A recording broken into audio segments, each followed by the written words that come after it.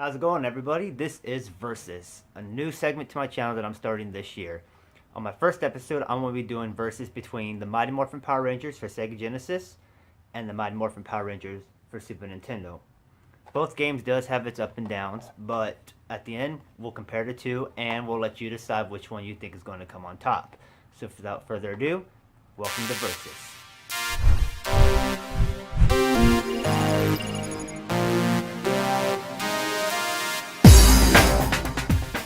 First up, we have Mighty Morphin Power Rangers for the Sega Genesis. It was released in 1994 in North America, published by Sega itself. This genre is a fighting style genre, and it does have a scenario mode, and it does have a versus mode. There's not much of a storyline to it. Basically, you see Rita Repulsa sending monsters after you, and then you fight kind of like a Mortal Kombat style fight. There's two stages. You do have character select. You can pick who you want to be. What I like about this game, it does have a difficulty setting where you could change it to what your needs are, whether it's level 1 all the way up to level 10 being the hardest. There's not much going on as far as the gameplay goes. It is, in my opinion, a button mashing game.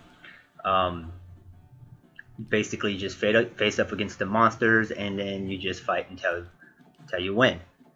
I'm not a huge fan of this game. It does get very repetitive very quickly. It's okay for what it is. I expected more for a Genesis game, more of a platform style game, and I definitely expected more of a story mode.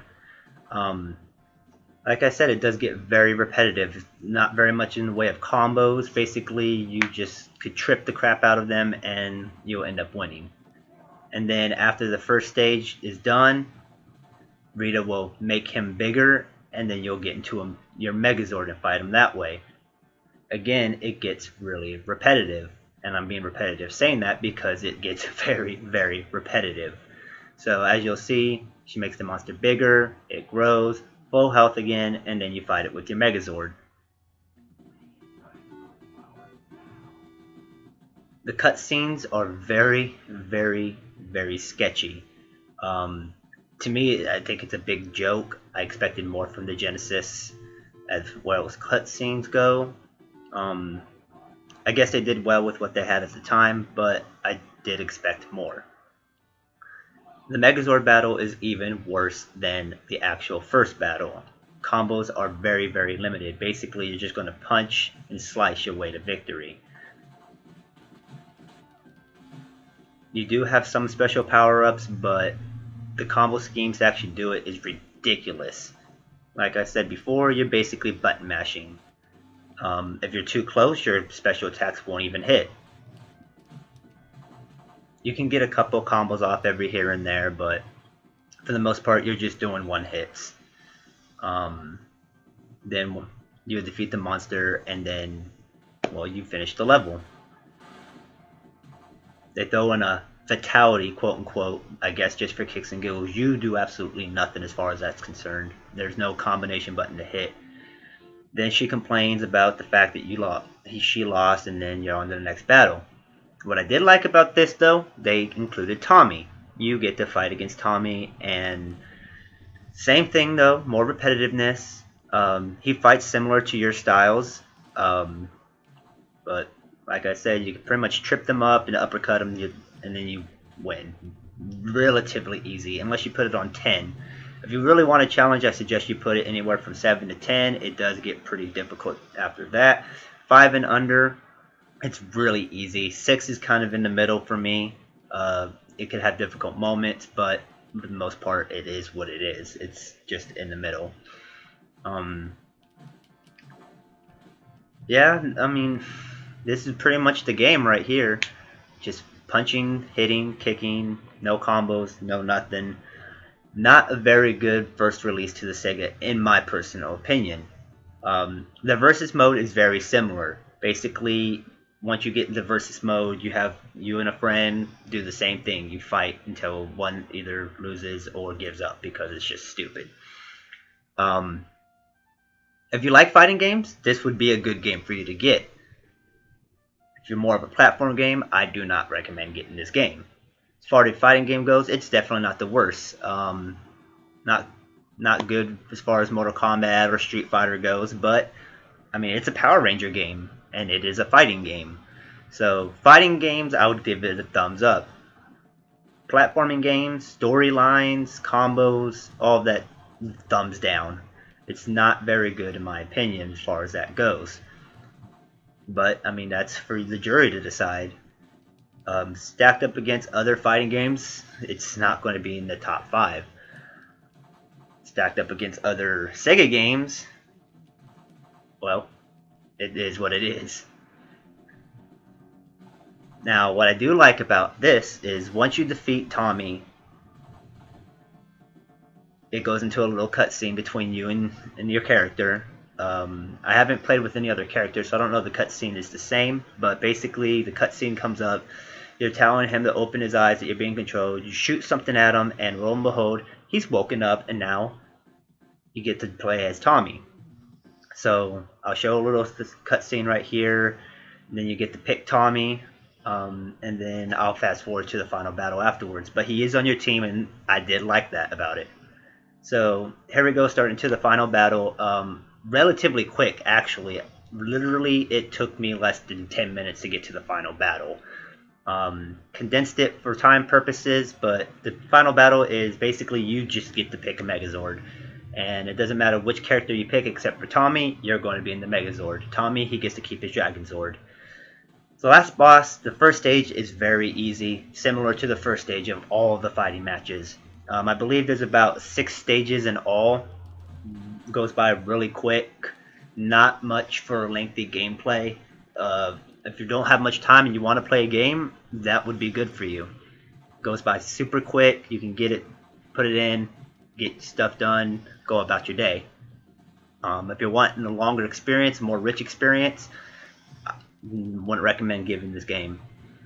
It's not much for story, not much for a rich experience. It's very short. Don't get much out of it as far as that's concerned. But if you like an easy game, go ahead and pick it. Now, the second stage for this, even on the easiest setting, it is pretty difficult. That goes for a bigger challenge, and I did like it about that. I actually struggled, and I set this for level 1 for the purpose of this video, just to get through it so I could kind of show you guys a gist of what this game's about. And I was having pretty difficulty with this. So he's shooting combo after combo after combo on me, and my slow little Megazord's not really doing much. I don't have much combos like I said before, so it was really hard. Now the difference between me and him is my character has stronger attacks. So whereas he does have a lot of combos, it doesn't really affect you as much as my actual hits. You know, just a few hits and he's already down below my health bar. So it kind of evens out. He does quick combos, it gets annoying, you get really frustrated, but land just a few hits on him and you can bring him right back down. There's that little finishing move again. And then after this, it does something weird.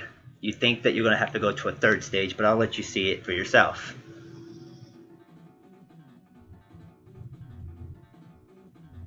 So you activate the Ultra Sword, and then you start shooting up. We'll show you here in a second. You're shooting up at Rita's place. Then it falls down, and pretty much that's the end of the game. That is the story. You fight through, Rita throws monsters at you, you fight the monsters, you beat them, and that's it. Then you destroy her palace, and that's the end of the game. So, in its entirety, that is Mighty Morphin Power Rangers for the Sega Genesis. Next up on the list, we have Mighty Morphin Power Rangers for the Super Nintendo. Also released in 1994 for the Super Nintendo, it was published by Bandai. This is a side-scrolling action game, and it has 7 stages. I don't really know much else to say. It is god-awful. This kind of has a story mode to it. You get to pick from the original 5. The thing I didn't like is it doesn't include Tommy, because Tommy wasn't in the show when this game was released. However, they included it in Sega. So I don't know where they got lost in translation, when exactly Sega. This was released in, I believe, September of 1994. I'm not sure if the Genesis was released in maybe December. However, it included Tommy. This one didn't. So this one is a side scroller, which is what I expect from a Power Ranger game.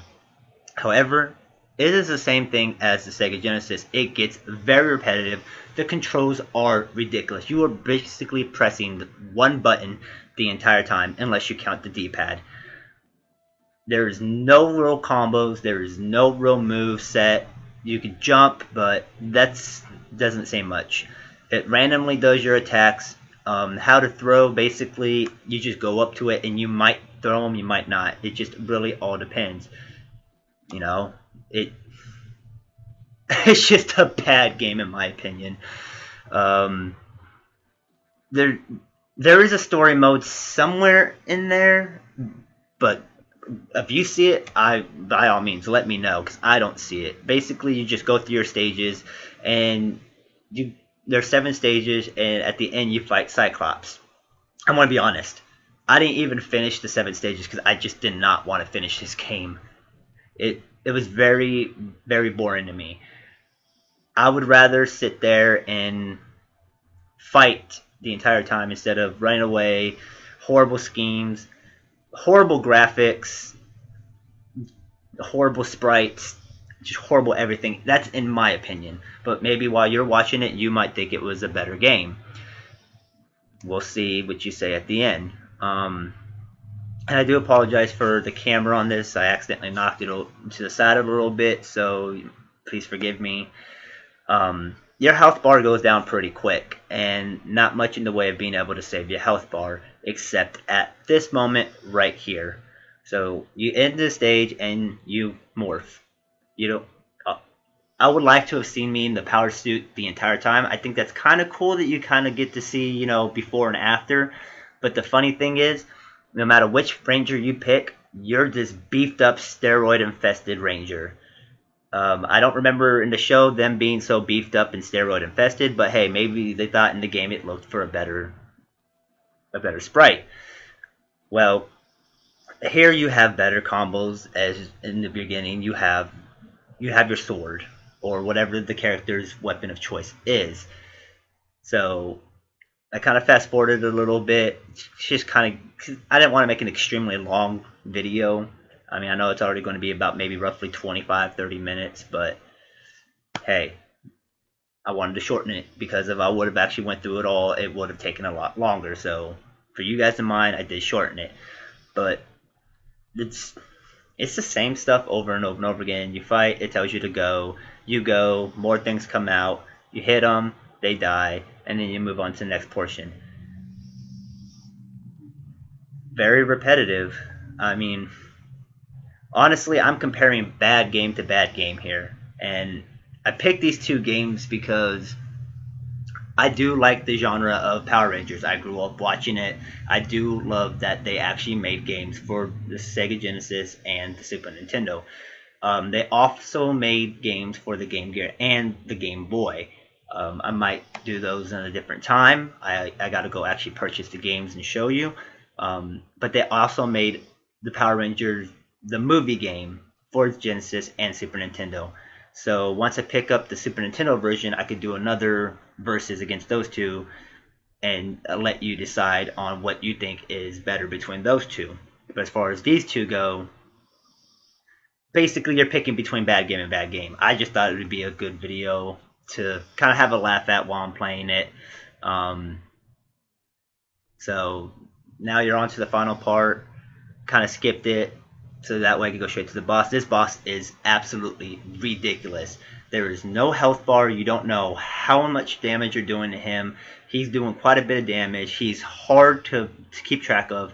There's no difficulty setting, and you do get one cool little bomb move, but it doesn't seem like it's doing much. He was able to take me down pretty quickly. And one thing I do not like about this game is there is no versus mode.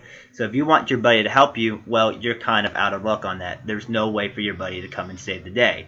You're basically on your own playing this god-awful game. But you can see the schematics of this is just horrible. Now, the graphics compared to the Genesis are slightly better. The sprites are just horrible, but you see how easy it was for him to take me down.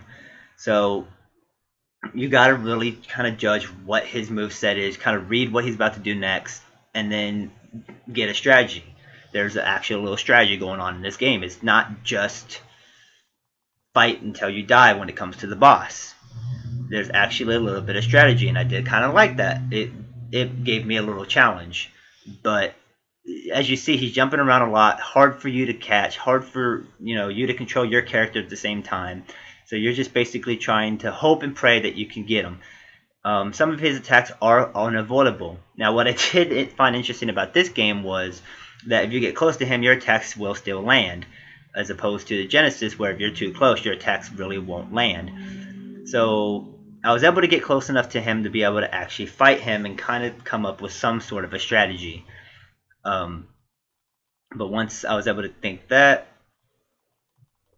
I was able to take him down, but I really wish they would have included a life bar. I'm not a big fan that there's no life bar. I'm sitting here doing this blind and just praying to God. And just when you think it ends, he comes back to life, and then you have to fight him again. No health bar for you. Yours is still going down, and he pretty much gets a new set of life. And again, you're going in blind. You're just kind of hitting until you pray that he breaks down. And he gets even harder for you to find because he's jumping around so much. He doesn't have any arms anymore, so he's just hopping around from place to place, and you're just trying to land a move.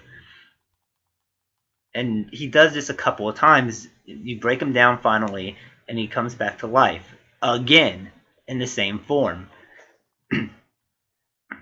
I did not enjoy this game. Either game, really, but so there he breaks down again, and he's a floating stinking head. A floating head, and he shoots fireballs at you. What in the world were they thinking with this floating head? Now you have to jump and fight. Just awful. But that is for the Genesis and for the Super Nintendo, guys. I want to know what you guys think. Which one came on top? Leave your comment in the section below and let me know who you think won.